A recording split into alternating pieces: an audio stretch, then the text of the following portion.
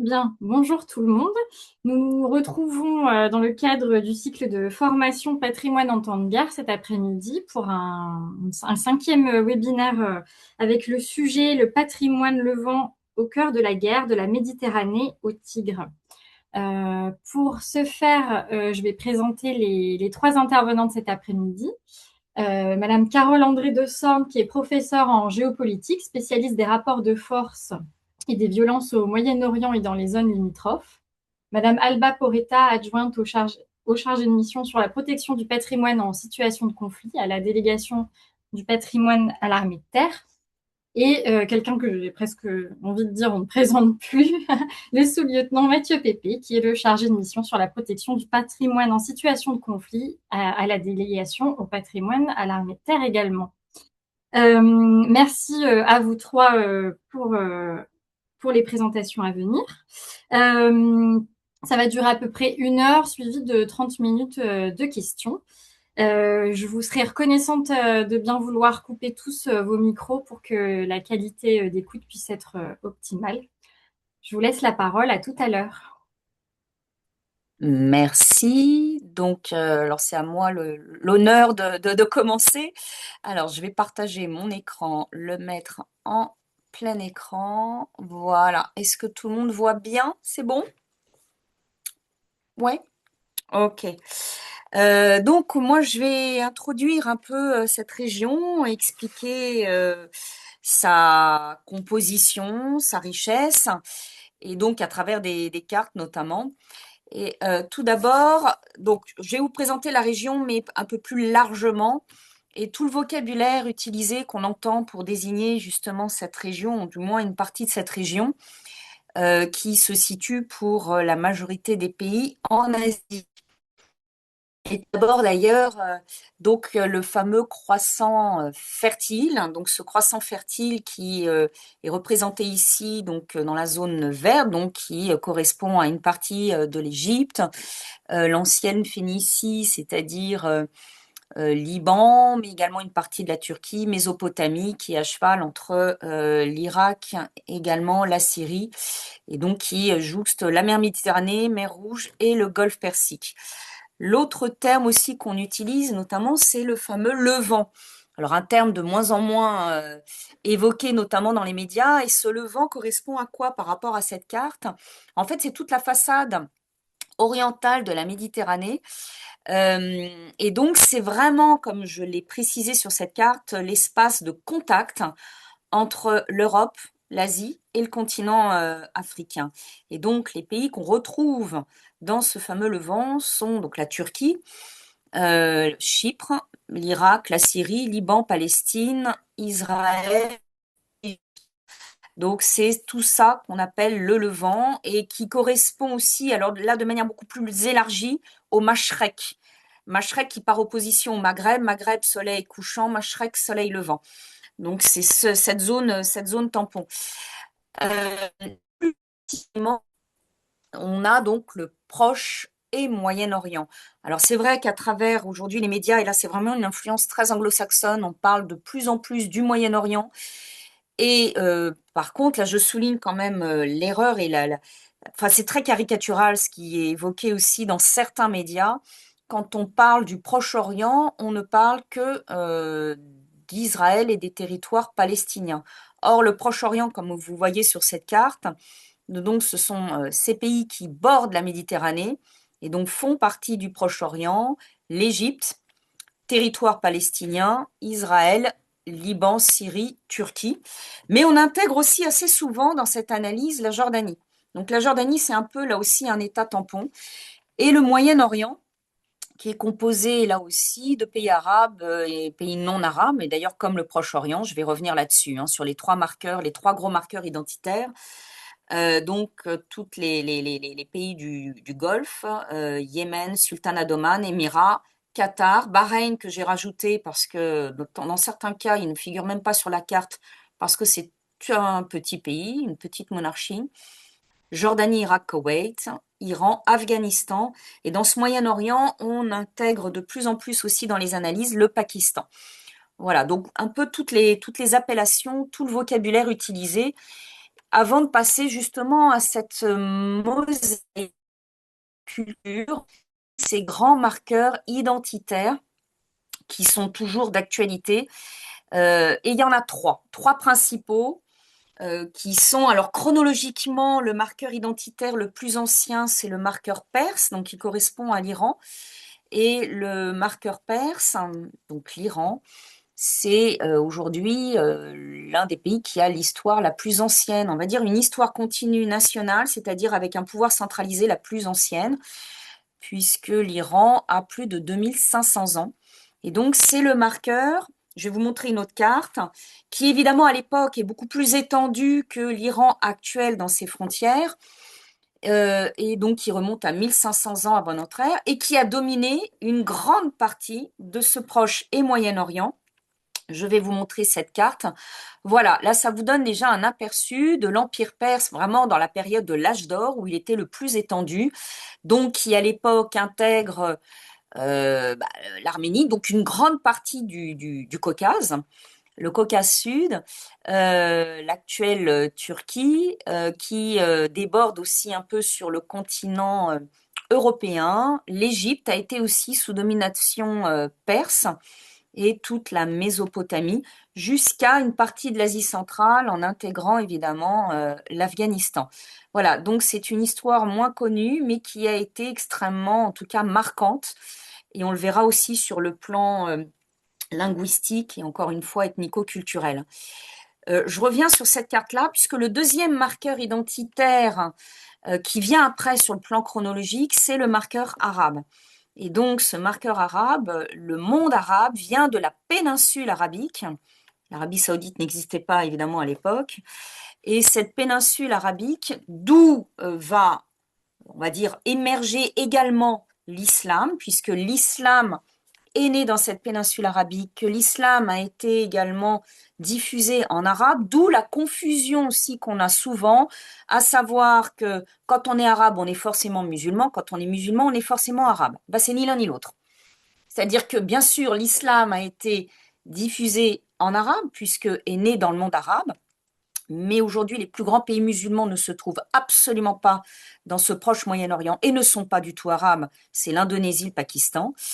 Et je rappelle un petit détail, c'est que les Arabes, avant d'être musulmans, avaient d'autres confessions. Donc, les Arabes chrétiens, dont il y a encore aujourd'hui des populations minoritaires, Arabes juifs, donc on peut être les deux, on peut être arabe et juif, ce qui dans l'esprit, là encore une fois, aujourd'hui de certains médias, c'est ou l'un ou l'autre. Et puis, on avait aussi des polythéismes. Mais ça, je vais revenir sur la question religieuse juste après. Et donc, je vous remets là aussi donc, cette carte en évoquant aussi la présence de l'Empire byzantin, d'où la présence du christianisme. Et voilà, cet empire arabe, donc qui part de la péninsule, avec les deux lieux saints, les deux premiers lieux saints de l'islam, la Mecque, Médine, et donc ce monde arabe qui va faire une poussée vers le Moyen-Orient, vers le Proche-Orient et le Maghreb, jusqu'au califat de Cordoue.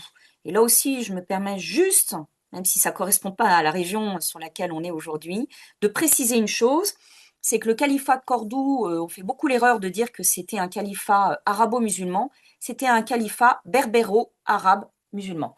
Donc ça aussi, c'est un point qui est important à rappeler. Et je reviens juste encore une fois en arrière. Le troisième marqueur identitaire qui va arriver après sur le plan chronologique, c'est le marqueur turc. Les Turcs ne sont pas un peuple autochtone. Les Turcs ne viennent pas de cette région du proche Moyen-Orient, ils viennent des steppes, notamment d'Asie centrale et plus haut encore. Et là, je vous diffuse, voilà, cette carte. Donc, ce sont ces Turcs qui viennent, vous voyez, des steppes d'Asie, notamment des zones mongoles, et qui vont petit à petit, à partir du XIe siècle jusqu'au XIIIe siècle, eh bien, former la base de ce que deviendra l'Empire ottoman. Donc les Seldjoukides sont un peuple donc ethnique turc, et ce sont eux qui vont jeter les bases de ce futur empire ottoman qui va dominer, là, comme vous le voyez, avec les différentes phases d'expansion Ottoman est le nom de la dynastie, hein. Donc ceux qui sont au pouvoir et qui ont constitué cet empire sont d'ethnie turque, mais cet empire, vous pouvez le constater, c'est un empire multi-ethnique et qui est sur les trois continents, à cheval sur le continent européen, notamment avec les Balkans, le continent asiatique, hein, donc la majeure partie de ce proche Moyen-Orient, et également le continent africain, avec l'Égypte qui, 90% de ce territoire se trouve en Afrique et 10% en Asie, et ce qui ensuite constituera les nations libyennes, tunisiennes et algériennes. Les seuls qui ont résisté à ces poussées ottomanes sont les Marocains. Voilà, donc ce qui veut dire qu'on a, sur le plan culturel, linguistique, une mosaïque. Et là, cette carte-là, si vous voulez, vous donne déjà un aperçu. Donc, là aussi, ne pas confondre la nationalité et ce qui compose, évidemment, la nation. Donc, comme n'importe quel pays, on a une nationalité, mais ces pays sont composés de mosaïques culturo-ethniques. Donc là, vous avez un aperçu de ces marqueurs identitaires qu'on retrouve, donc le marqueur perse. Et là, je fais un petit rappel. Vous voyez, l'Afghanistan, une partie de la population est persanophone. Il en est de même pour une partie aussi du Pakistan. On a le monde arabe, bien évidemment. Et donc avec l'autorité aussi palestinienne, sachant qu'en Israël, qui n'est pas une nation arabe, il y a aussi 1,5 million Arabes de nationalité israélienne, donc qui à la base sont palestiniens. Le marqueur turc, et donc là aussi, une partie du Caucase, et notamment l'Azerbaïdjan, est totalement turcophone, et la majorité des pays d'Asie centrale sont turcophones. Ouzbékistan, Tadjikistan, Kirghizistan. Et un quatrième marqueur, qui n'est pas des moindres, qui est le marqueur identitaire kurde. Et donc le Kurdistan est une région. Il y a eu des tentatives de création de nations. Ça n'a malheureusement pas abouti. Mais on a un peuple, une identité kurde. Et là, je vous mets cette carte un peu plus détaillée. Donc, on a les Kurdes de Turquie. Alors, les Kurdes de Turquie, donc les Turcs sont majoritairement ethniques turques, mais on a 20% de la population de nationalité turque qui, elle, se trouve, 20% qui sont Kurdes de Turquie. On a les Kurdes de Syrie, donc qui ne sont pas arabes, mais kurdes et syriens. Les Kurdes d'Irak, là aussi, qui ne sont pas arabes, mais qui sont de nationalité irakienne, mais en étant des Kurdes. Et les Kurdes d'Iran, qui ne sont pas perses, qui appartiennent donc au groupe ethnique kurde, mais qui sont de nationalité iranienne. Voilà, donc on a ce découpage linguistique, culturel. Donc, trois grands marqueurs dominants et un quatrième marqueur identitaire. Alors, sans oublier qu'il y a d'autres minorités. Mais là, ce sont vraiment les populations les plus importantes en termes de chiffres. Et comme vous pouvez le voir sur la carte, il y a entre 15 et 20 millions de Kurdes en Turquie, soit à peu près un quart de la population. Voilà, ce qui est quand même une minorité extrêmement importante et minorités qui sont tout aussi importantes dans les trois autres pays qui contrôlent le Kurdistan. Donc ça, c'est le premier élément à retenir. Deuxième élément, c'est l'aspect religieux. Donc, dans cette zone du proche Moyen-Orient, nous sommes dans le berceau des religions monothéistes. Toutes les religions monothéistes sont nées dans la région du proche Moyen-Orient, ce qu'on a parfois tendance à oublier. Et avant de revenir sur les trois religions monothéistes abrahamiques, donc qui ont la même base, je reviens juste sur deux autres religions monothéistes les plus anciennes, donc qui sont bien antérieures au judaïsme, mais qui étaient malgré tout monothéistes. Et la première, c'est donc le zoroastrianisme, ou zoroastrisme, qu'on appelle aussi le mazdéisme, qui a été la religion de l'Empire perse. C'est-à-dire que la Perse va devenir un empire musulman au tout début du XVIe siècle, hein. Donc jusqu'au XVe siècle, la religion officielle, c'est le zoroastrianisme ou mazdéisme. Donc le berceau, c'est Yazd, vous voyez, qui est au centre de l'Iran, qui est un site, là aussi, reconnu par l'UNESCO. On croit en un Dieu unique, Mazda. On a là aussi, alors celui qui va diffuser, c'est Zarathustra, hein, qui aurait prêché donc les chants sacrés.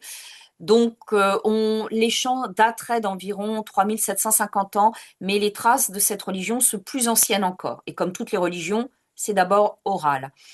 Et dans cette religion, on est zoroastrien par le père et la mère. On ne peut pas se convertir. Et aujourd'hui, il reste environ 250 000 zoroastriens, donc environ 40 000 en Iran encore, et les 210 000 autres se trouvent majoritairement en Inde, c'est-à-dire qu'ils ont décidé de quitter l'Empire perse quand l'islam deviendra la religion officielle. Voilà, donc cette religion qui est encore existante. Et la petite page People, je fais une petite parenthèse, Freddie Mercury était lui-même zoroastrien, donc de père et de mère zoroastrien. Bon, ça c'est la page People, hein.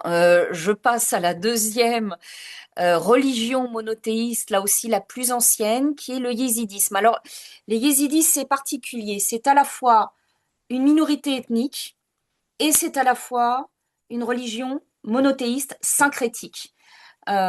Donc, les yézidis vivent, donc vous voyez sur cette carte, toute la partie hachurée, c'est leur zone. C'est un peuple autochtone, donc originaire du mont Sinjar qui se trouve dans la vallée de Ninive. Et leur lieu saint se trouve à Lalish, hein, que vous voyez Mossoul, c'est plus au nord, c'est leur lieu saint.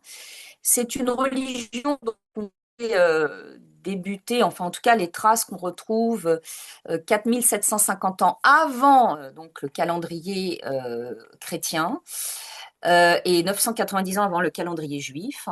Et c'est une religion donc syncrétique monothéiste, c'est-à-dire que sa base repose sur notamment les principes du yézidisme. Alors le Dieu unique ne s'appelle pas Mazda mais Houda, et c'est une religion syncrétique parce qu'elle va se nourrir des trois religions monothéistes abrahamiques qui vont suivre. Donc on retrouve quelques éléments du judaïsme, quelques éléments du christianisme et un courant qui aujourd'hui n'existe plus, qui est le christianisme, le nestorianisme. C'est un courant où on croyait en ce qu'on appelle la métempsychose, c'est-à-dire la réincarnation des âmes.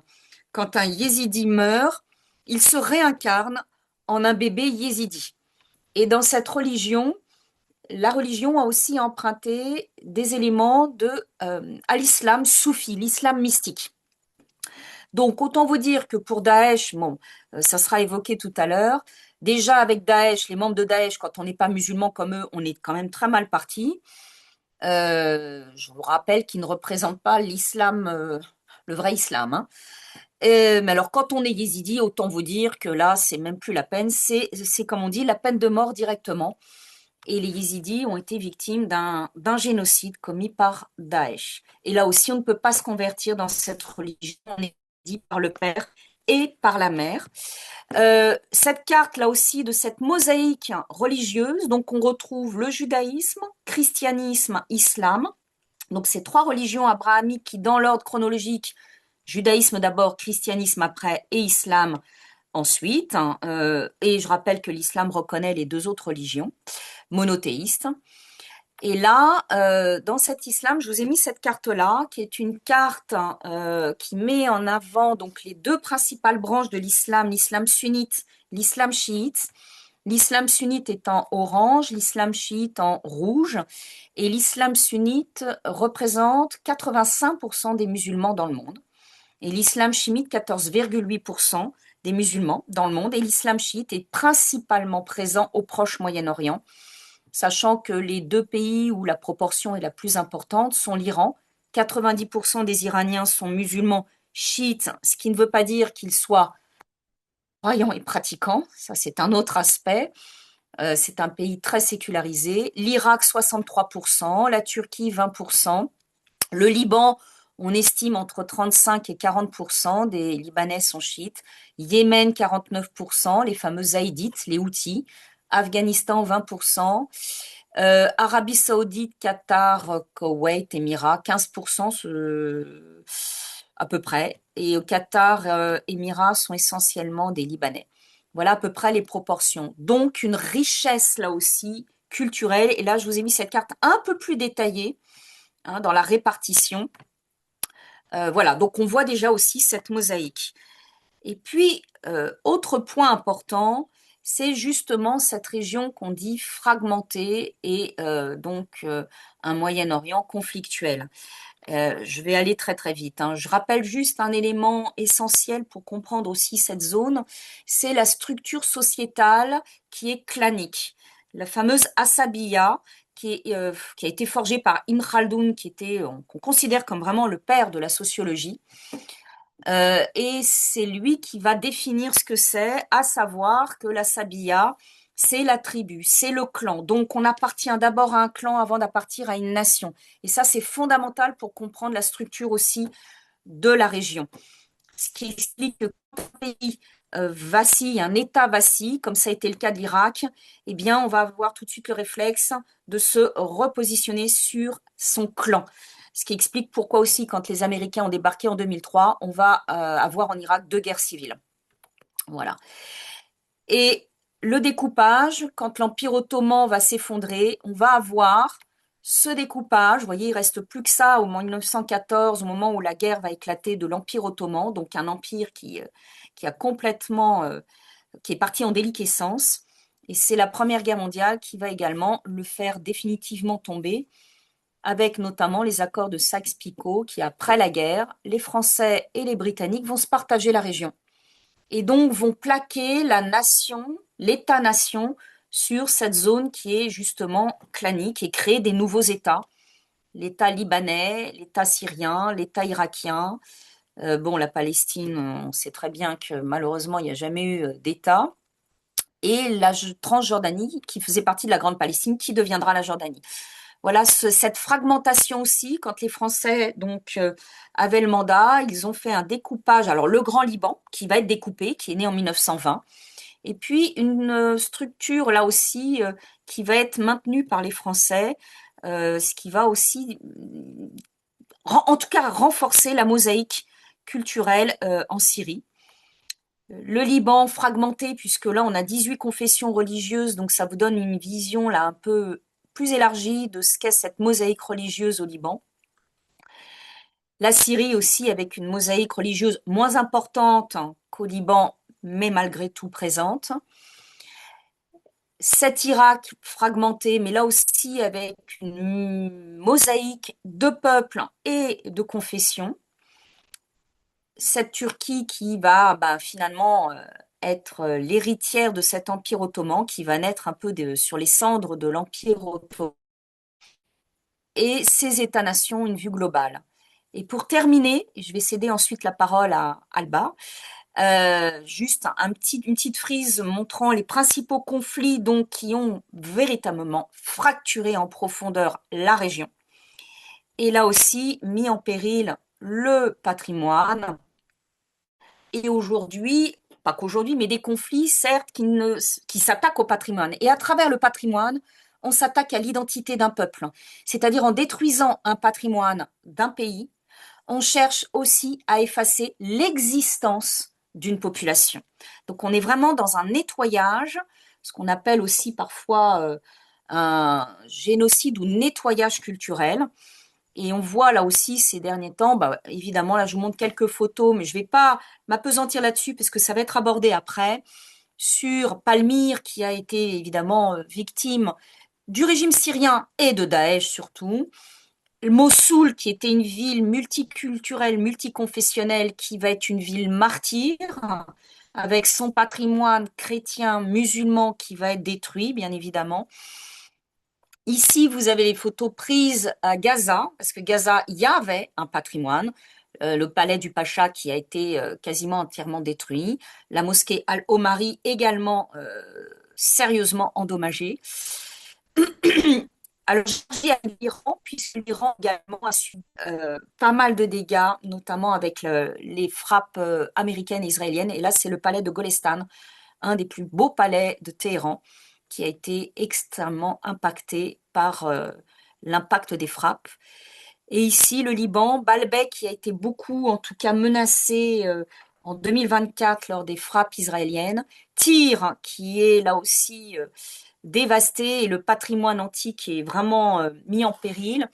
Et là, je vous ai mis cette dernière photo donc du sud, hein, où un couvent et une école donc des Sœurs du Saint-Sauveur ont été détruits à la pelleteuse. Donc voici pour ma partie et je cède la parole, donc j'arrête le partage et je cède la parole à Alba. Merci beaucoup. Bonjour.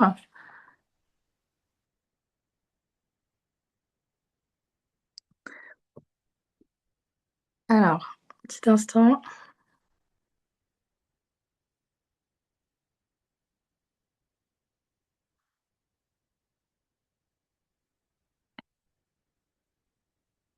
Alors, donc on a vu que pour... Alors, c'est... Oui. Euh, Nous avons vu pourquoi le Levant est donc une région particulièrement sensible. Donc, où se superposent donc des héritages religieux, des mémoires anciennes et donc des fractures géopolitiques. Mais dans les conflits contemporains, ce patrimoine devient réellement un enjeu stratégique. Je pense qu'avant de comprendre pourquoi le patrimoine est aussi sensible, il faut préciser de quel patrimoine on parle exactement.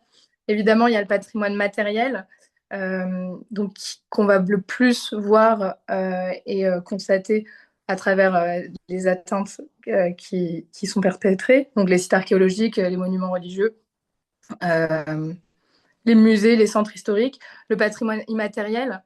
Donc, c'est moins visible, mais extrêmement essentiel, les traditions orales, les pratiques religieuses, les savoir-faire, euh, les langues minoritaires, donc par exemple le syriaque et le kurde, et les mémoires qui sont transmises de génération en génération. Et donc, lorsqu'une communauté est déplacée ou disparaît, c'est ce patrimoine qui devient aussi extrêmement fragile.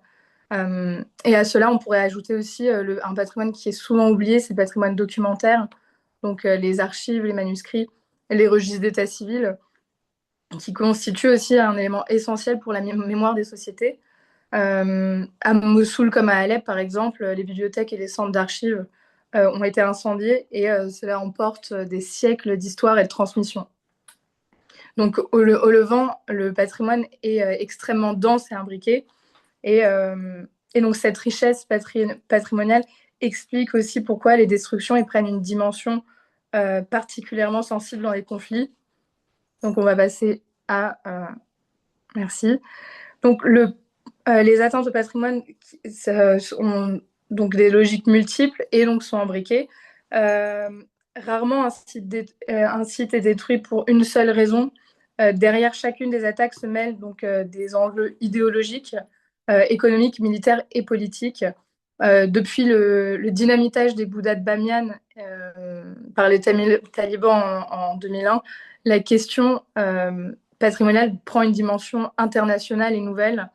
Le patrimoine n'est plus seulement une victime ou un dommage collatéral à proprement parler des guerres, mais il devient vraiment un outil de pouvoir et de propagande, au, ou même parfois un objectif stratégique à part entière. Donc on va voir un peu toutes ces raisons, pourquoi on détruit ce patrimoine. Tout d'abord, il y a l'iconoclasme idéologique. Euh, donc c'est la raison la plus médiatisée et la plus connue, euh, mais c'est pas forcément la plus déterminante. Par exemple, Daesh a largement communiqué sur ses destructions au nom d'une vision radicale de l'islam. Tout ce qui est perçu comme idolâtre ou hérétique doit disparaître. Donc les exemples sont nombreux. On a les destructions du temple de Bel et de Bal-Shamin à Palmyre, le saccage du musée de Mossoul, les explosions du mausolée de la mosquée du prophète Jonas, et plein d'autres. Mais tu peux passer à la slide suivante, Mathieu, s'il te plaît. Alors, merci. Mais donc cette dimension idéologique ne doit pas masquer une autre réalité. Donc ces destructions ont avant tout une fonction de propagande. Les vidéos qui sont produites par Daesh sont pensées comme de véritables outils médiatiques destinés à choquer l'opinion internationale et à affirmer une puissance et à attirer aussi de nouveaux combattants dans leur rang. Mais donc cette, ces destructions idéologiques masquent souvent un objectif économique. Donc l'iconoclasme spectaculaire est plus une couverture à un trafic qui est assez lucratif. Donc voilà la deuxième raison des destructions au Levant. Donc le patrimoine représente une source financière considérable. Le marché légal des antiquités déjà génère entre 3 et 5,6 milliards d'euros par an. Donc pour Daesh, le trafic d'antiquités a constitué une source, le trafic illicite a constitué une source de financement majeure, mais qui est difficilement quantifiable. Les chiffres varient selon les sources. Par exemple, la CIA parlait de 6 à 8 milliards de dollars par an. On a d'autres estimations un peu plus prudentes qui évoquent plutôt 20 à 200 millions de, de dollars de revenus annuels. Mais globalement, on serait aux alentours de 30% des ressources financières de l'organisation terroriste qui seraient issues du pillage et des vols. Donc, ce qui placerait donc le patrimoine comme deuxième source de revenus euh, après le pétrole. Mais dans tous les cas, c'était largement suffisant pour financer leurs opérations. Au musée de Mossoul, une partie importante des œuvres qui sont détruites dans les vidéos de communication de Daesh euh, ont été en réalité des copies ou des pièces qui étaient impossibles à transporter ou beaucoup trop identifiables, même sur un marché parallèle. Dans certaines salles, les œuvres avaient été soigneusement retirées avant les destructions filmées. Après avoir fait exploser, par exemple, la mosquée de Nebi Yunis et raser au bulldozer les remparts et les portes monumentales de Ninive, Daesh a creusé des tunnels pour piller le site assyrien qui y avait en dessous. Tu peux passer la slide suivante. Merci. Donc les objets étaient ensuite souvent donc, revendus donc, sur ce marché noir et ils transitent par la Turquie, le Liban, l'Égypte où les objets trouvent une nouvelle identité. Ils sont blanchis, puis ensuite ils passent par des ports francs. Et c'est ce qui permet une porte d'entrée vers, par exemple, en Europe. C'est généralement les Pays-Bas, le Luxembourg et la Belgique qui servent de porte d'entrée. Et ils peuvent être soit vendus légalement, soit, vu qu'avec leur nouvelle identité, soit juste sur un marché parallèle. Et, euh, et donc, on peut, c'est à nuancer parce que ce trafic profite pas uniquement aux organisations terroristes. Dans un contexte d'effondrement économique et de guerre prolongée, le pillage devient aussi parfois une économie de survie pour les populations locales. Tu peux passer après.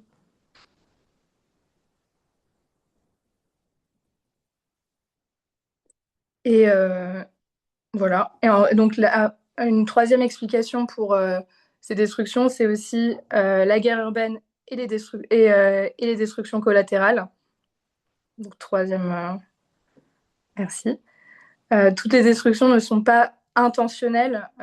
Quand on traite de guerre en zone urbaine, euh, les villes deviennent un champ de bataille et donc le patrimoine est pris entre deux feux.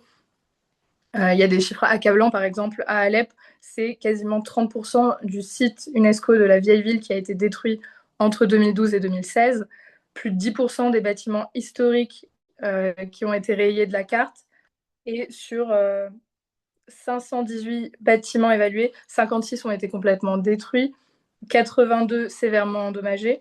Le souk Al-Madina, qui est le plus grand marché couvert historique au monde, n'est plus que ruine aujourd'hui. La mosquée des Omeyyades a perdu son minaret qui datait du XIIe siècle. À Mossoul, on a à peu près le même cas de figure. C'est 5000 bâtiments qui ont été endommagés dans la vieille ville, 500 qui ont totalement été détruits. À Palmyre, 80% de la ville moderne est aujourd'hui en ruine, selon des rapports récents du Centre national de recherche espagnol. Je peux passer, Mathieu. Et puis on a aussi Gaza qui est beaucoup plus récent, mais les chiffres sont assez énormes. On a quasiment 66% du bâti qui est endommagé, selon des analyses satellites de 2024. L'UNESCO avait vérifié des dommages sur 164 sites patrimoniaux depuis octobre 2023. Et on estime que Gaza a subi plus de 300 millions de dollars de dommages en quelques mois, et ce qui est 90 fois plus que lors des conflits de 2021. Et ces destructions soulèvent une question centrale. À partir de quel moment les dommages collatéraux cessent d'être accidentels cessent-ils d'être accidentels lorsque des centres historiques entiers disparaissent quand on a 70% d'une ville qui est détruite, est-ce qu'on peut vraiment parler de dommages collatéraux Les universités de Gaza ont été rasées. Les sites culturels sont pas forcément... on stipule pas que c'est des cibles, mais on voit qu'il y a quand même un pattern. Donc la frontière entre négligence et intention devient assez floue. Le Liban aujourd'hui illustre aussi une répétition de ce schéma assez destructeur. Depuis octobre 2023 et l'escalade du conflit avec Israël, le patrimoine libanais est touché. Par exemple, le sous-cotement de Nabatieh, qui date du 19e siècle et qui était le cœur économique de la ville, a été entièrement rasé par une frappe aérienne en octobre 2024. Tyr, qui est inscrite au patrimoine de l'UNESCO, a subi des bombardements à proximité de ses vestiges romains. Idem pour Baalbek, qui voit ses alentours pilonnés. On compte déjà des centaines de sites endommagés dans le sud du pays, et le Liban, qui est déjà fragilisé par des décennies de guerre civile, l'explosion du port de Beyrouth en 2020 et la crise économique, voit son patrimoine une nouvelle fois sacrifié. Et comme ailleurs, on nous parle davantage de dommages collatéraux dans une guerre urbaine que de cibles stratégiques. On peut passer maintenant. Le patrimoine est aussi un outil de pouvoir symbolique. Quand on contrôle le patrimoine, c'est contrôler aussi le récit historique. C'est celui qui contrôle le passé, contrôle et légitime le présent. Par exemple, Saddam Hussein, qui avait pour volonté de s'inscrire dans l'héritage des grands rois mésopotamiens. Il fait apposer son portrait sur les ruines de Babylone, rebâtit le palais de Nabucodonosor et marque son nom sur des briques. Il fait construire son palais personnel aux abords du site archéologique. Il se veut comme héritier des rois bâtisseurs et veut légitimer son pouvoir comme un pouvoir juste et en se rattachant aux souverains mésopotamiens. En Israël-Palestine, l'archéologie est devenue une arme politique. Chaque fouille sous Jérusalem-Est est utilisée pour prouver l'ancienneté de la présence juive, pendant que le patrimoine ottoman et mamelouk est négligé ou détruit. Des villages palestiniens qui sont désertés depuis 1948 sont rasés pour effacer toute trace du Nakba.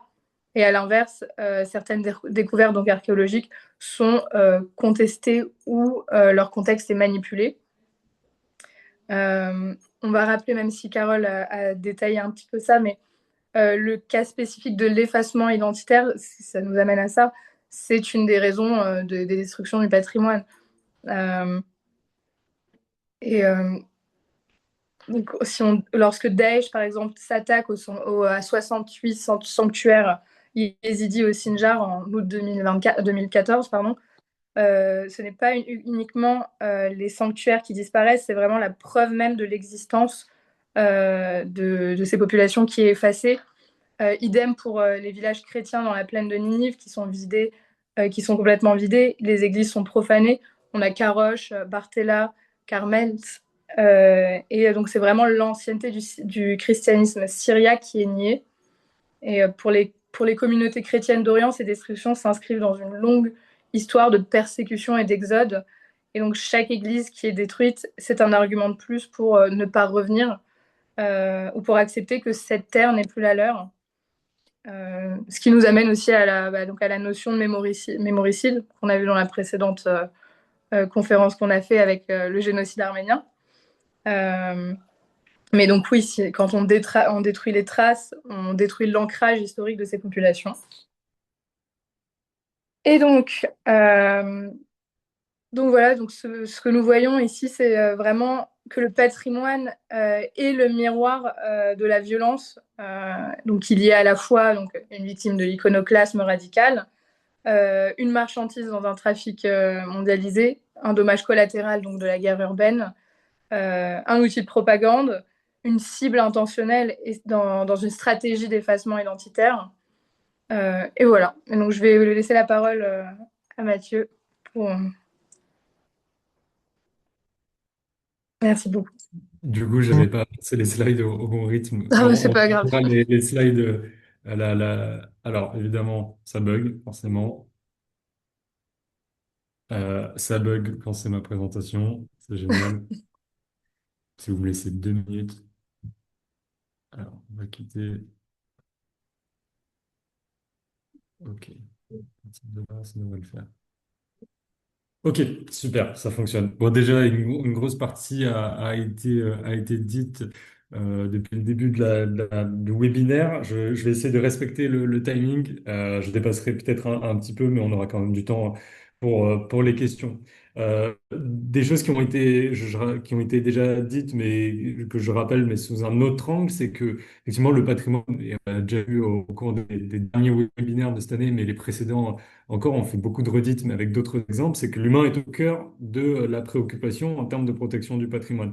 Tout d'abord, parce qu'on protège d'abord la population, puis le patrimoine.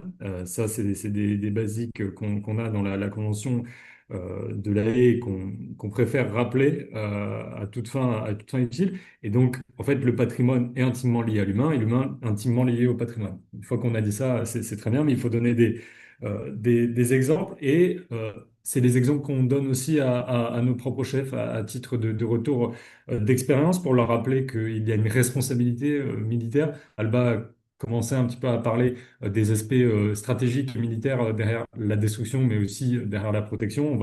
On va y revenir. Alors, sans trop rentrer dans le détail du génocide yézidi, il est malheureusement nommé comme tel, et sans revenir sur l'histoire des Yézidis, juste rappeler que c'est un peuple qui a été victime depuis très longtemps, depuis au moins le XIIIe siècle. Je parle sous couvert de l'expertise de Carl-André Dessornes, mais depuis le XIIIe siècle, de massacres.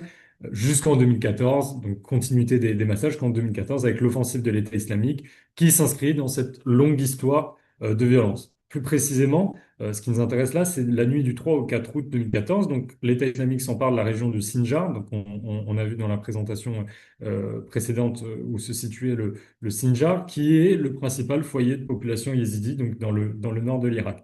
Et donc, on compte que ce sont environ 200 000 yézidis qui fuient à ce moment-là vers le mont Sinjar, où ils se retrouvent, donc où cette population se retrouve rapidement encerclée.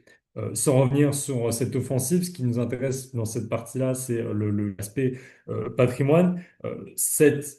La destruction des humains s'accompagne nécessairement, on l'avait déjà vu lors des précédentes présentations, de la destruction de son patrimoine. On détruit ce qui matériellement témoigne d'une présence d'une population dans une zone, et dans le cas des Yézidis, donc, on détruit le patrimoine du Sinjar. Alors Alba l'a très bien dit, ce sont 68 sites yézidis qui ont été détruits par l'État islamique à ce moment-là. On compte donc 39 notamment édifices à dômes et sanctuaires qui appartiennent aux Yézidis qui ont été touchés, voire totalement détruits. Un des cas les plus parlants, c'est le mausolée yézidi du cheikh Ahmadine qui a été détruit donc, en 2016. Et donc là, vraiment, on est sur une politique une logique de terre brûlée et donc de destruction systématique du patrimoine. Donc ça se passe dans la plaine de Ninive géographiquement. Alors, Lalish a été, donc, qui est le sanctuaire le plus sacré de tout le yézidisme, ce qui a été bien mieux expliqué tout à l'heure, a été préservé puisqu'il se retrouve, et donc il se trouvait sous protection du gouvernement régional du Kurdistan. Mais malgré tout, c'est une grande partie du patrimoine yézidi qui a été détruit. C'est un cas de destruction qui est très documenté, mais qui est assez peu, en tout cas au regard des recherches qu'on a faites et même au regard de comment nous on analyse la destruction du patrimoine au sein de l'armée de terre, qui a été assez peu médiatisé. En tout cas, je parle vraiment sous couvert de l'armée de terre et donc qui malheureusement nous sert un petit peu de retour d'expérience dans tout ce qui est destruction systématique. Un autre exemple, le mausolée de Malak Fakhreddin. Donc après sa destruction, il n'y a pas de photos existantes avant la destruction, ce qui aussi nous questionne sur la partie documentation du patrimoine culturel. C'est des éléments qu'on avait déjà évoqués lors des précédentes présentations. Alors, sans revenir dans le détail sur les raisons pour lesquelles on détruit évidemment pour des raisons idéologiques, religieuses. Carl-André Descendre l'a bien explicité tout à l'heure. Daesh, l'État islamique, qui évidemment ne représente pas l'islam tel qu'il est réellement, n'accepte pas, il n'y a pas de monde dans lequel il y a autre chose que l'islam salafiste, tel qu'on nous on le nomme en tout cas. Euh, et donc, les Yézidis qui sont finalement une concentration des grandes religions monothéistes, n'ont pas lieu d'exister, que ce soit la population et son patrimoine. Donc, c'est pour cette raison qu'on détruit, raison donc indirectement et directement en fait génocidaire, c'est-à-dire effacer l'identité d'un peuple. C'est le cas pour les Yézidis, c'était le cas pour les Arméniens lors de la dernière présentation. Donc, il y a vraiment une volonté génocidaire derrière, donc qu'il faut prendre très, très au sérieux. Puis, pour des raisons stratégiques aussi, parce que c'est de la visibilité internationale et de la propagande. Alors, il n'y a pas que le patrimoine yézidi qui a été détruit en Syrie et en Irak. Il y a évidemment du patrimoine chrétien, du patrimoine sunnite, chiite, qui a également été détruit pour diverses raisons. On peut revenir sur chacun des cas dans le détail, mais il faudrait plusieurs conférences pour ça. Mais c'est surtout pour attirer euh, les regards des médias euh, sur l'État islamique en détruisant le patrimoine. L'État islamique réinvente pas la poudre en faisant ça, puisque ça rappelle notamment la campagne médiatique autour de la destruction des Bouddhas de Bamiyan en 2001. Et il y avait une logique déjà médiatique à ce moment-là, lorsque les talibans ont détruit ces Bouddhas. Et puis, Alba l'expliquait très bien, des raisons économiques pour le pillage. Euh, Évidemment, le pillage représente, et le trafic illicite de biens culturels représente une manne financière pour l'État islamique à ce moment-là absolument colossale, même si c'est pas évidemment la principale ressource dont il dispose. C'est une ressource secondaire. Quand le groupe État islamique ne pille pas, il prélève un impôt qui peut osciller entre 20 et 50% de la valeur des artefacts qui sont retrouvés. Donc, il y a vraiment une mainmise une mafia de l'État islamique sur ce trafic illicite de biens culturels. On est clairement donc dans notre cas, dans une position clairement anti-yézidi et c'est pas seulement nous qui le disons là, on a un rapport de 2016, qui date de 2016 du haut-commissaire de l'ONU aux droits de l'homme qui indique qu'aucun autre groupe religieux présent à ce moment-là dans les zones contrôlées par l'État islamique, que ce soit en Syrie ou en Irak, n'a subi des souffrances comparables à celles infligées aux yézidis. Donc, on parlait de la Lèche, donc voilà, ce lieu saint qui, lui, a été épargné par l'État islamique au moment des destructions massives. Et donc, une carte, un aperçu autour du mont Sinjar de tous les monuments, détruits ou non, des temples yézidis qui sont présents dans la région. Cet exemple, on l'utilise pourquoi? Pour dire que, en fait, il y a une continuité de la destruction. La destruction fait partie de la guerre et on n'arrêtera pas les conflits de toute manière. Et donc, on l'a déjà vu dans les dernières présentations, la destruction du patrimoine est une constante maintenant des conflits armés, que ce soit en Syrie, en Irak, que ce soit ailleurs. Et là, on est dans le cas de Gaza. et d'Israël, donc du conflit récent, où on a, alors des exemples, malheureusement, il y en a plein, mais c'est les deux que je vais vous présenter sont quand même assez parlants. Je n'ai pas pu mettre la vidéo, la story Instagram qui avait été publiée par le directeur général des Antiquités israélien, qui en fait se trouve à ce moment-là, donc sur cette vidéo pour vous la décrire, poste une story Instagram. Avec un wow, un gif wow sur ce réseau social au moment où des soldats israéliens découvrent l'entrepôt archéologique de l'école biblique et archéologique française de Gaza. Et donc, Eli Esposito, pour le nommer, le directeur des antiquités israélien, poste cette vidéo. On voit des militaires au milieu de cet entrepôt, au milieu d'antiquités. Et cette publication qui sera ensuite supprimée a quand même fait beaucoup parler à ce moment-là. Donc, on est sur une publication qui est assez récente. Il faut que je retrouve la date, mais je crois que ça date de 2025. Alors, certains médias parlent d'une gaffe diplomatique. On est surtout sur une logique politique claire de piller le patrimoine. Donc, les militaires ne sont pas là par hasard. Et puis, quand même ils auraient été là par hasard, ça ne justifie pas la deuxième capture d'écran qui montre une exposition d'objets antiques, les mêmes dont une partie a été pillée dans cet entrepôt, qui sont présentés lors d'une exposition à la Knesset et qui sont également, donc c'est une capture d'écran qui nous vient directement du même compte du même compte Instagram du directeur des Antiquités. Donc là, on est sur un pillage institutionnel et qui est clairement organisé par un État. On est sur quand même un piège qui est différent. On va y revenir sur cet exemple qui est évidemment le plus parlant du pillage du musée de Bagdad, qui était un pillage qui n'était pas institutionnel, qui était certainement très organisé du côté des pillards, mais qui n'était pas institutionnalisé et organisé par un État. Donc là, on est sur un piège qui est quand même assez, un piège institutionnel qui est assez parlant. Un autre exemple, c'est l'incendie de la bibliothèque Al-Aqsa. Et donc, les bâtiments autour de cette bibliothèque ont également été détruits et cette bibliothèque également a subi des dégâts considérables, puisque Alba en parlait tout à l'heure. Évidemment, ce ne sont pas que les bâtiments qui sont détruits, ce ne sont pas que les objets antiques, c'est aussi des archives, c'est aussi euh, du patrimoine de toutes sortes, et la littérature, les bibliothèques, les centres d'archives en font partie. Alors là, j'ai mis cette photo-là exprès parce que quand je l'ai vue pour la première fois, j'ai vraiment cru, et comme beaucoup de gens, je pense, à de l'IA, tellement elle est grotesque d'une certaine manière. Et de nombreux spécialistes l'ont analysé. Il ne s'agit pas d'IA, c'est une vraie photo, donc une vraie mise en scène pour le coup, qui plus est. Donc on rentre vraiment dans cette logique aussi de guerre médiatique.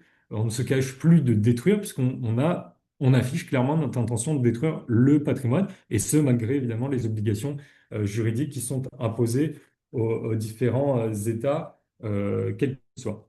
Et là, dans notre cas, c'est le cas d'Israël. Ce qui nous questionne, c'est, en fait, depuis 20 ans, il n'y a pas eu d'évolution dans la manière dans la relation entre militaire, patrimoine, et de manière générale, la place du patrimoine n'a pas réellement changé dans la place du patrimoine n'a pas réellement changé dans les conflits.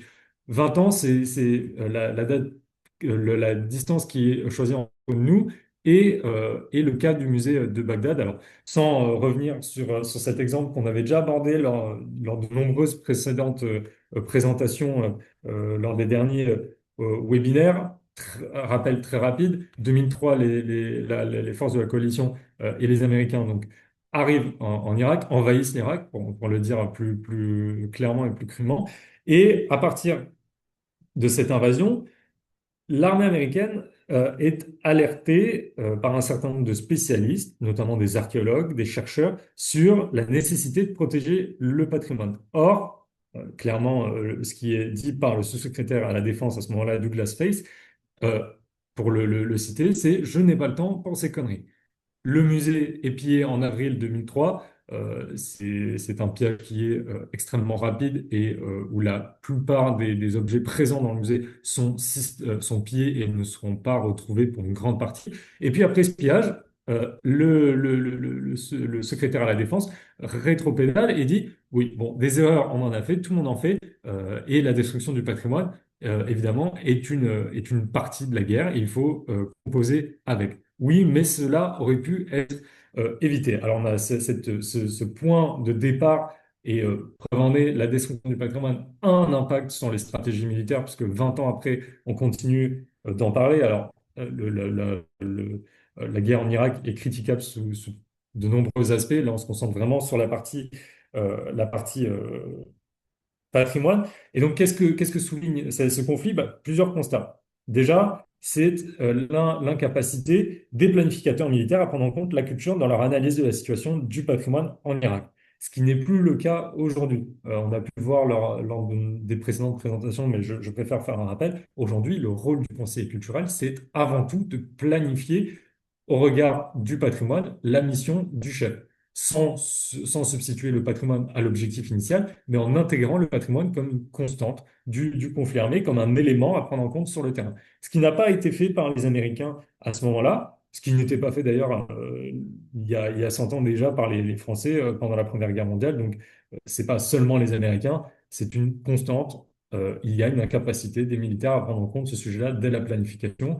Et c'est au moment du conflit qu'on se rend compte que le patrimoine existe. Donc il y a déjà cette constante. Puis, on manquait d'effectifs humains et de moyens techniques pour protéger ce patrimoine, ne serait-ce que pour prendre en compte cette mission, parce qu'il n'y avait pas, à proprement dit, de conseiller culturel à ce moment-là. Et puis surtout, une absence totale à ce moment-là de dialogue entre le secteur culturel et le secteur militaire. C'est ce dialogue qui sera mis beaucoup plus tard en place, bien après le pillage du musée de Bagdad, on perd des guerres avec deux mots trop tard, et c'est à ce moment-là qu'on s'est rendu compte que peut-être le patrimoine aurait dû être intégré dans les planifications euh, militaires.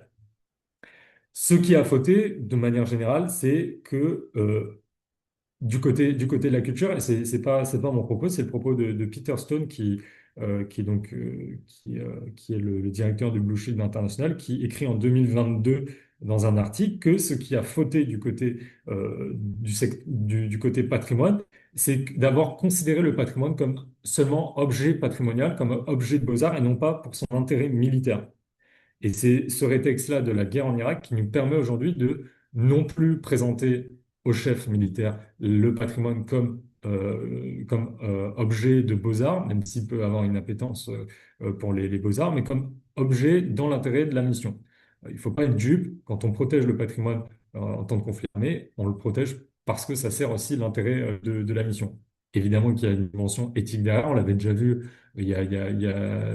pas cette année, mais l'année précédente, une dimension éthique, mais il faut aussi être réaliste vis-à-vis de la situation. Pour revenir sur le cas irakien. Phase 1, 2003, les avertissements sont grassement ignorés par le commandement américain, et donc on rétropédale à ce moment-là.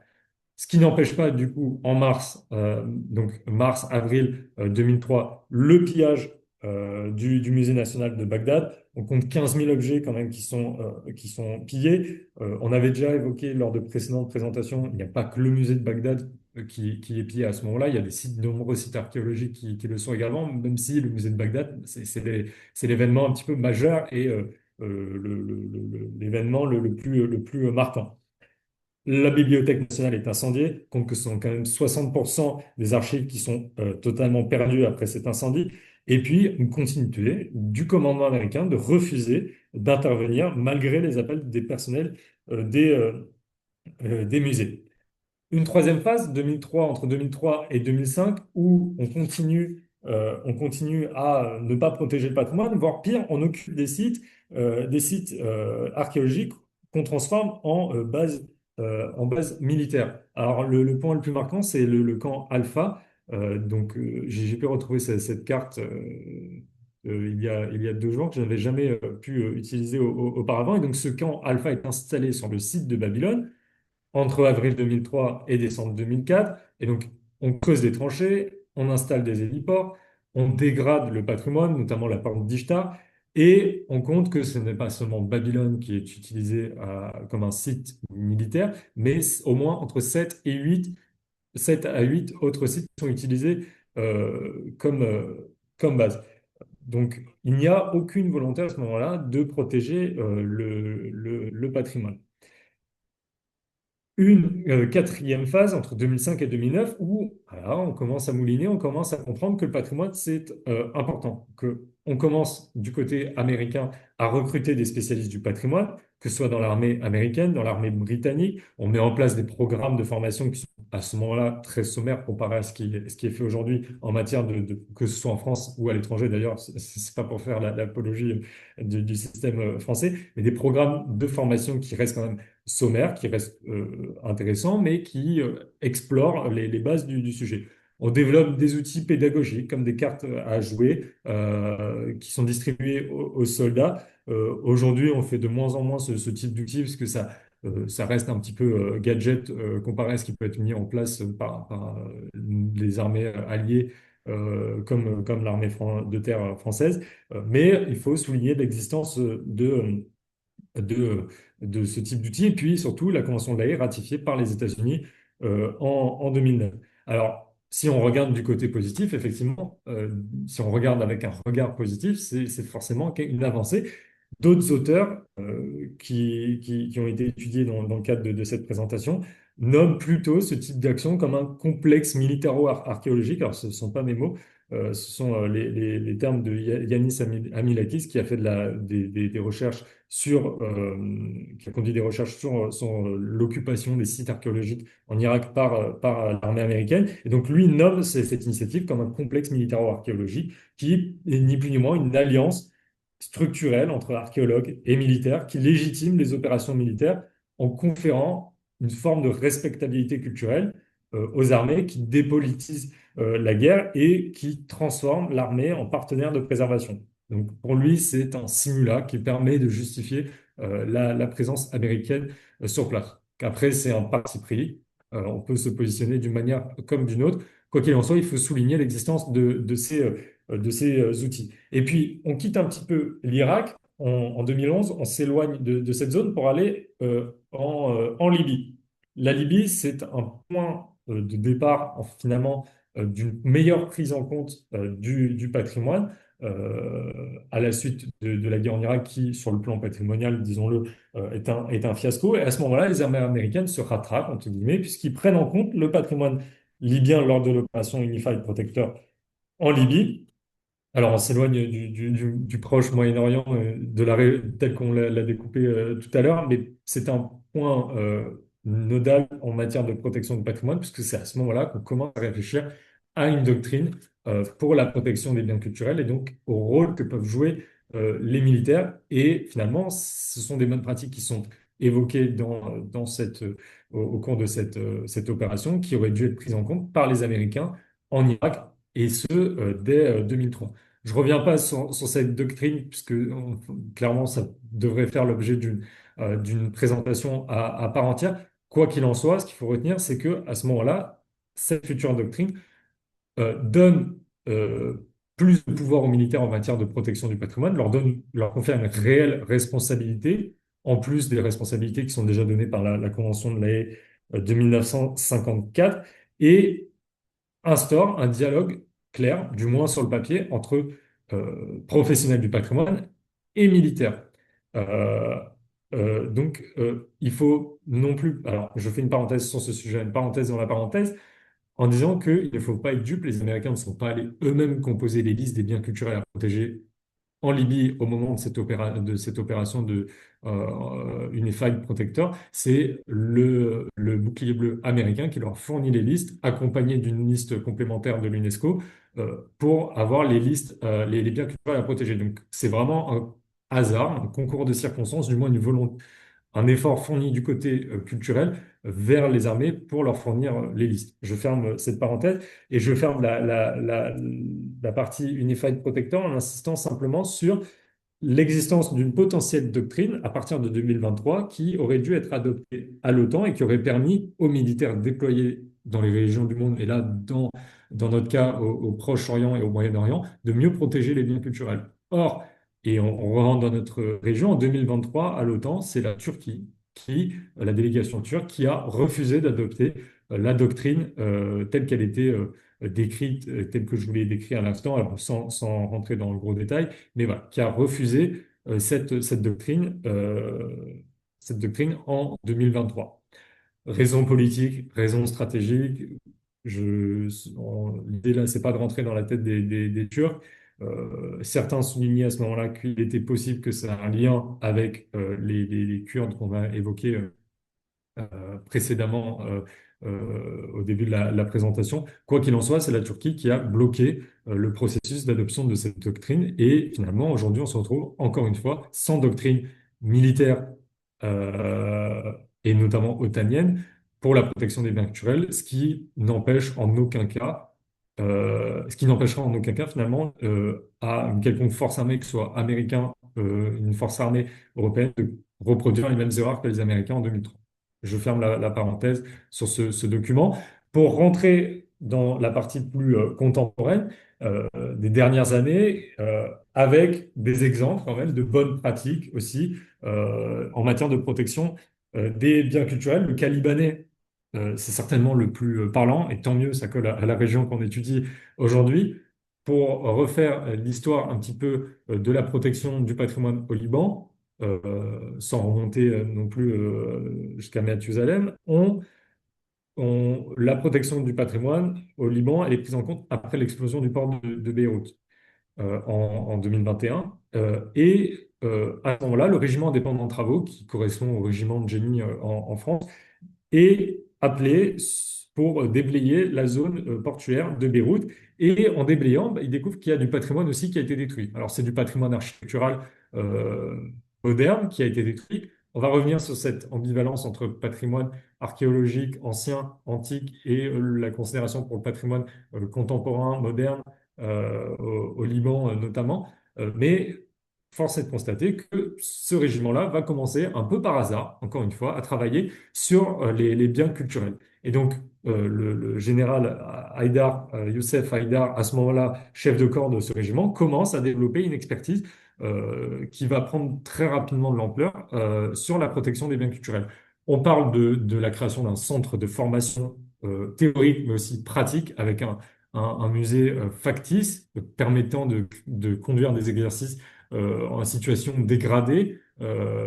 Et ce centre-là est compris au sein du régiment, donc tout est à disposition. Donc c'est la deuxième photo au centre en haut, avec ce faux musée qui est créé. Et puis, ils conduisent un certain nombre d'exercices, de manœuvres, en lien avec d'autres forces de sécurité, que ce soit des pompiers, que ce soit des ONG aussi, comme la Croix-Rouge, et une ONG particulière, Biladi, qui est une ONG qui intervient sur la protection du patrimoine en cas de sinistre, en cas de crise, et qui a un lien très important avec le régiment indépendant de travaux.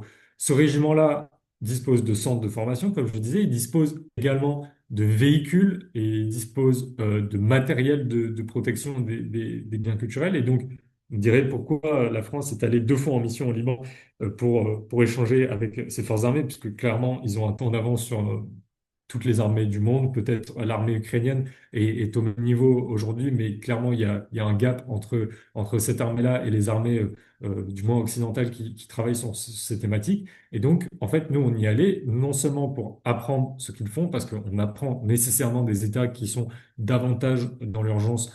Nous, quand on y allait en 2024, pour la dernière fois au Liban, on n'était pas dans la même situation qu'aujourd'hui. Et le fait que le régiment indépendant de travaux se soit autant préparé à l'éventualité d'un conflit ou du moins d'une crise majeure sur son territoire fait qu'aujourd'hui, cette protection, elle est réellement efficace. Donc le Liban, c'est vraiment l'exemple pour nous euh, de l'utilité du temps de paix, de la nécessité de prendre en compte le temps de paix comme un moyen, comme un temps de préparation d'un conflit armé et d'une protection efficace en cas de conflit armé. Et donc, nous, on y allait non seulement pour les former aux bonnes pratiques de conservation du patrimoine, donc davantage sur la partie traitement des œuvres, usage du matériel, que sur la partie évacuation à proprement dit, ou consolidation du patrimoine, puisque c'est un régiment de génie, donc nécessairement, ils sont beaucoup plus instruits dans ce domaine-là que nous. Donc, le Liban, c'est vraiment un exemple typique et un exemple qui, à mon sens, encourage une espèce d'engouement collectif, puisque on a un engouement au niveau de l'armée libanaise, on a un engouement au niveau du secteur civil, il y a un véritable dialogue qui a été instauré entre civils et militaires. On l'a déjà vu lors des précédentes présentations, c'est quand même quelque chose qui n'est pas inné, qui n'est pas naturel. Et donc ce dialogue-là, il est vraiment indispensable. Le Liban l'incarne parfaitement. Et puis surtout, cette action du Liban qui est de moins en moins marginalisée dans le sens où c'est de plus en plus médiatisé, bah, a aussi permis, à mon sens, dans un sens, l'inscription des différents biens culturels sous protection renforcée. C'est pas en restant passif qu'on protège le patrimoine. Et donc c'est grâce à cet engouement collectif, que ce soit au niveau militaire, civil, des ONG et tous les acteurs qui sont impliqués sur place, qu'il y a eu que le Liban est à la pointe vraiment de ce qui se fait de mieux en fait en matière de protection des biens culturels. Alors, euh,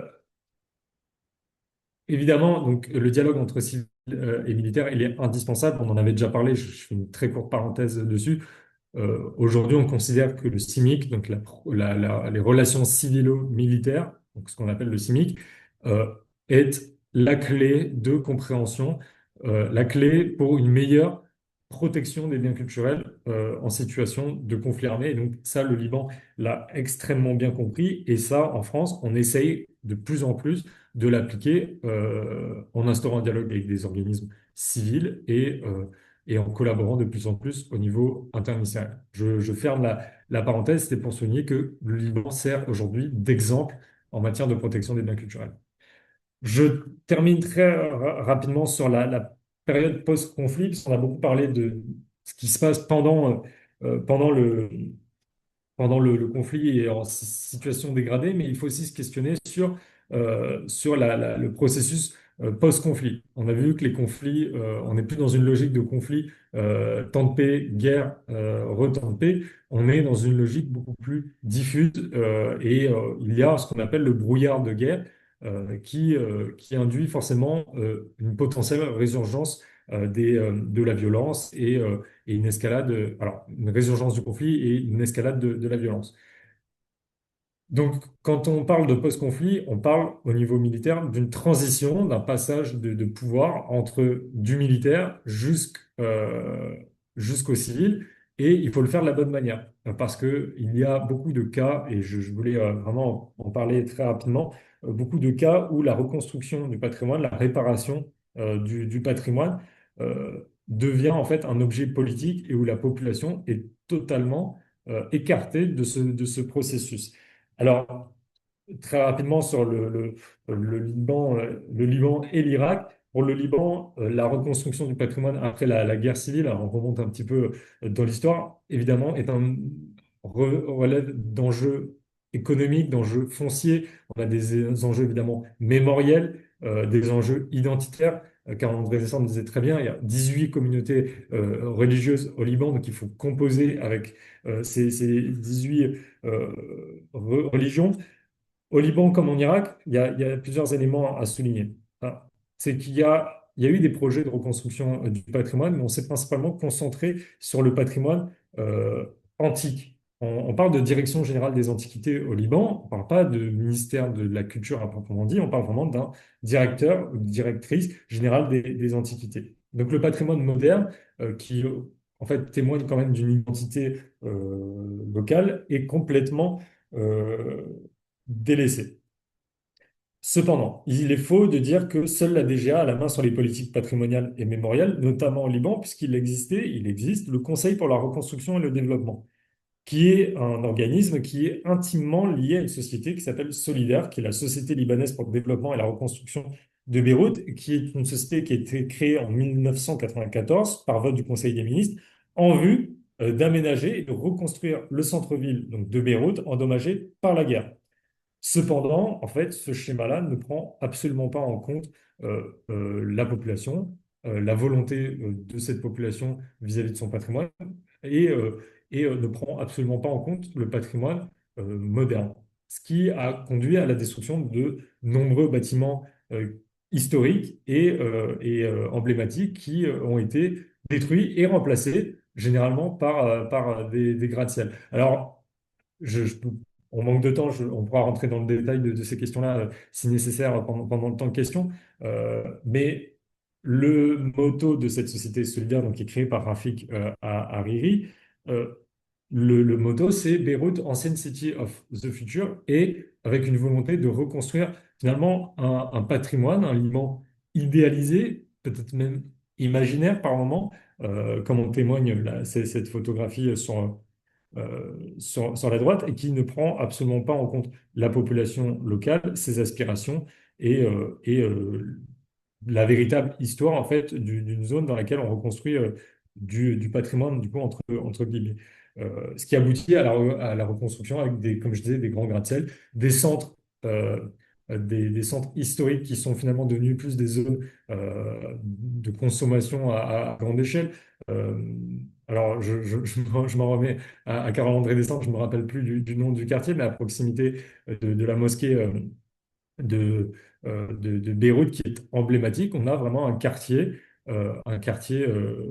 qui a été reconstruit euh, dans un idéal libanais un petit peu imaginaire, un peu atemporel, et qui, en fait, n'est composé quasiment que de magasins de luxe et où la population, euh, enfin, le peu de fois, ou en tout cas, et là, c'est vraiment un retour d'expérience personnelle, le peu de fois où j'y suis allé, c'est un espace qui est complètement désert, où il n'y a pas de concentration de population et où finalement, on n'est pas sur du patrimoine, mais sur un peu un côté un petit peu, excusez-moi peut-être du terme, mais un petit peu Disneyland.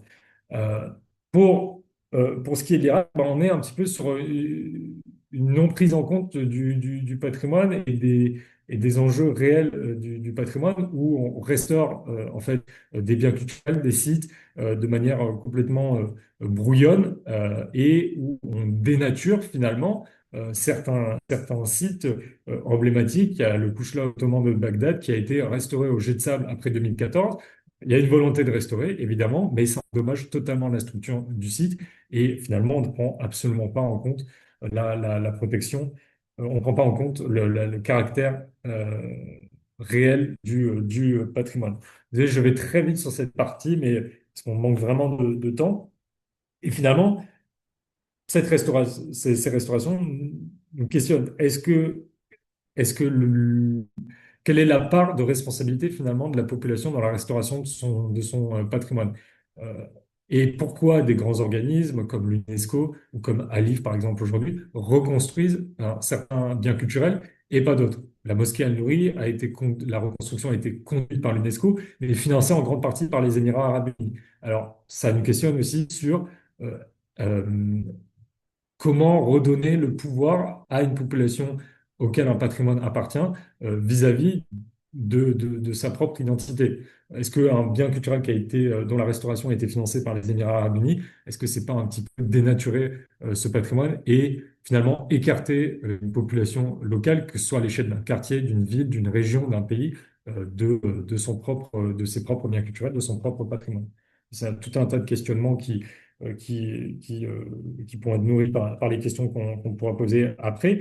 Et puis, des biens culturels qui sont reconstruits parce que ça sert à un certain nombre d'intérêts politiques, comme la mosquée Al-Nouri, mais aussi d'autres sites qui n'ont pas été restaurés, des sites qui n'ont pas été restaurés parce qu'il y a eu des chantiers de fouilles archéologiques qui ont découvert que, en fait, sous une mosquée, il y avait, donc c'est le cas de la mosquée à Nabi Yunis, qui en fait, en dessous, avait des vestiges chrétiens, et puis aussi des vestiges archéologiques. Et donc, la question, c'est aussi de concilier les différentes identités. On a vu que dans les États qu'on étudie, que ce soit le Liban, l'Irak, la Syrie, il y a une multitude de confessions, même si au Liban, c'est quand même beaucoup plus marqué. Il y a une multitude de confessions, et donc il faut concilier toutes ces personnes-là, ne pas contribuer à la résurgence d'un conflit et faire du patrimoine finalement un outil de pacification. Donc, dire le patrimoine, c'est un outil de pacification, c'est quand même très facile à dire, beaucoup plus difficile à faire. Et donc, je conclus, promis, sur cet exemple, c'est sur la base de travaux qui ont été conduits par deux chercheurs qui s'appellent Larkin et Rudolph, qui mentionnent des initiatives qui sont menées par la base. Alors, c'est-à-dire des initiatives qui sont menées par des collectifs, des associations de population locale, encore une fois à l'échelle d'un quartier, d'une ville, et qui, euh, avec parfois des moyens qui sont certes beaucoup plus restreints que des grands organismes comme l'UNESCO, comme Alif, avec des moyens restreints, restaurent et réhabilitent leur patrimoine, qu'il soit matériel ou immatériel. On a l'exemple du souk al-Sarraï qui, finalement, est un savant mélange entre le patrimoine matériel, c'est-à-dire la structure, l'endroit en tant que tel, et le patrimoine immatériel, c'est-à-dire les commerçants, la vie locale qui s'y trouve. Je vous enverrai de toute manière toutes les slides, mais c'était important voilà, de souligner ces quelques exemples-là et finalement de la reconstruction euh, par la base, puisque déjà, on n'est pas soumis à des financements externes et donc on n'est pas redevable à un organisme extérieur. Ça, c'est dans le côté très terre à terre. Euh, Finalement, ça nous permet aussi de réintégrer le patrimoine dans la vie quotidienne, donc d'inclure vraiment la population dans la réhabilitation de son propre patrimoine. Et puis, un aspect qui peut être plus critiquable, c'est l'aspect nostalgique. L'aspect nostalgique qui peut être utilisé à des fins politiques, mais aussi, bah, finalement, c'est quand même un moyen, une ressource psychologique qui offre à une population donné un point d'appui pour surmonter la perte de son patrimoine, surmonter la perte, les pertes liées à la guerre de manière générale, et de reconstruire une fierté civique, comme le montre un certain nombre de projets, comme le projet Baïkna, qui en est un parmi tant d'autres, et les exemples sont heureusement assez nombreux. Et donc, pour conclure, mais Carole André Dessand en a très bien parlé, c'est la destruction évidemment du palais du Golestan par les forces, l'aviation israélo-américaine pour n'accuser ni l'un ni l'autre. Et j'ai mis un tweet de Donald Trump qui date de 2020 où il induit l'idée qu'il pourrait détruire de nombreux sites, je ne vais pas limiter, alors, de nombreux sites iraniens de grande importance, notamment du patrimoine. Donc on est clairement là sur une annonce claire et explicite de volonté de détruire le patrimoine. Alors, connaissant un petit peu le personnage, je pense qu'il n'y a pas forcément un lien direct entre les menaces de 2020 et la destruction 6 ans plus tard en 2026. Mais force est de constater que la première puissance mondiale elle-même n'a peut-être pas forcément tout appris et n'a pas forcément retenu son retour d'expérience irakien. Donc, continuer en fait qui continue en fait à détruire le patrimoine euh, dès que l'occasion peut se présenter, si ça sert évidemment des intérêts militaires. J'ai trop parlé, j'en ai trop dit, je me tais et on prend les questions évidemment s'il y en a. Merci. Merci beaucoup à tous les trois. J'invite les personnes qui auraient des questions à se manifester. Alors, pas de question, mais par contre, je rebondis sur ce que disait Mathieu, c'est Saifi Village, le fameux quartier Merci, j'avais plus. C'est moi là-bas, j'arrive toujours pas à retenir.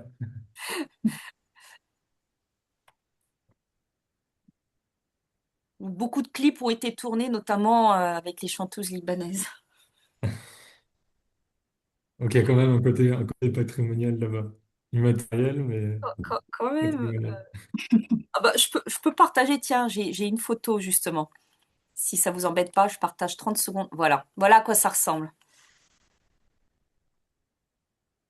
Et toutes les boutiques sont des boutiques, effectivement, ce n'est pas du commerce de proximité, comme on dirait. C'est, voilà, le côté beau, clean. Hmm.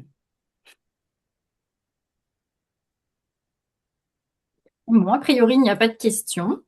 Tout a été dit. C'est ça, c'était complet. De toute manière, s'il y a des questions, on peut les prendre par mail également. N'hésitez pas. Eh bien, merci à tous, merci aux intervenants et à tous ceux qui les ont écoutés. Tous les micros étaient coupés, tout le monde était sage. Merci, merci en tout cas de, voilà, de participation à ce trio. C'était un plaisir. Merci, c'est le plaisir est réciproque. Merci, au Et revoir. Et prochaine conférence qui sera la dernière, juste pour préciser, ce sera donc sur le Soudan et la destruction du patrimoine dans le cadre de la guerre au Soudan. Et on a la date ou pas encore? C'est sur le programme, je ne veux pas vous dire de bêtises. Il me semble que c'est le 15 juin, mais encore une fois, je ne veux pas vous dire de bêtises. C'est sur le programme, Ok, bon. accessible en ligne. C'est certainement, à mon avis, le 18, si c'est comme à chaque fois le jeudi ou le mercredi, c'est soit le 17, soit le 18. À revérifier sur le programme, je ne veux pas vous dire. Ouais, si c'est un jeudi, c'est jeudi 17. Oui, ça doit être ça. Bah voilà. Bon, et de toute façon, tout est sur le programme. C'était un rappel publicité. Très bien. Et ben, on va pouvoir mettre fin alors à la présentation. Merci encore à tout le monde et puis à la prochaine. À bientôt. À très Au bientôt. revoir. Au revoir.